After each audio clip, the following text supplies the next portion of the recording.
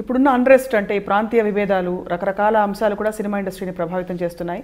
రాజకీయ పరిస్థితులు ఎలా ఉన్నాయని మీరు అనుకుంటున్నారు? అంటే గందరగోళంగా ఉందండి. చాలా గ్యాప్ రాజశేఖర రెడ్డి గారి లేకపోవడం వల్ల చాలా గ్యాప్, భయంకరమైన గ్యాప్ ఏర్పడిపోయిందండి.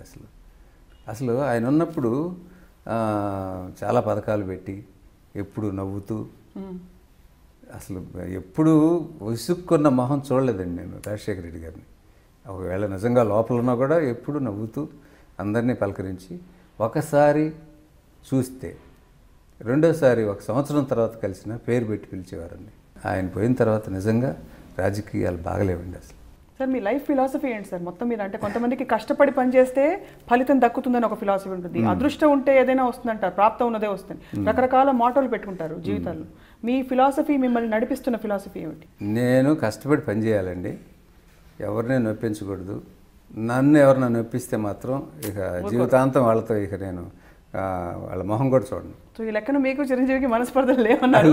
మీరు ఆయన ఇంటర్వ్యూలో మిమ్మల్ని చెప్పలేదని మనసు బాధపడ్డానని అన్నారు. అదేముందండి, అదేమన్నా మర్చిపోయి ఉండొచ్చు, ఒకవేళ చెప్పకూడదు అనుకుని ఉండొచ్చు, రకరకాలు. ఆయన అభిప్రాయం నిజంగా నేను బాధపడ్డాను. ఆ విషయంలో మాత్రం 100% బాధపడ్డాను.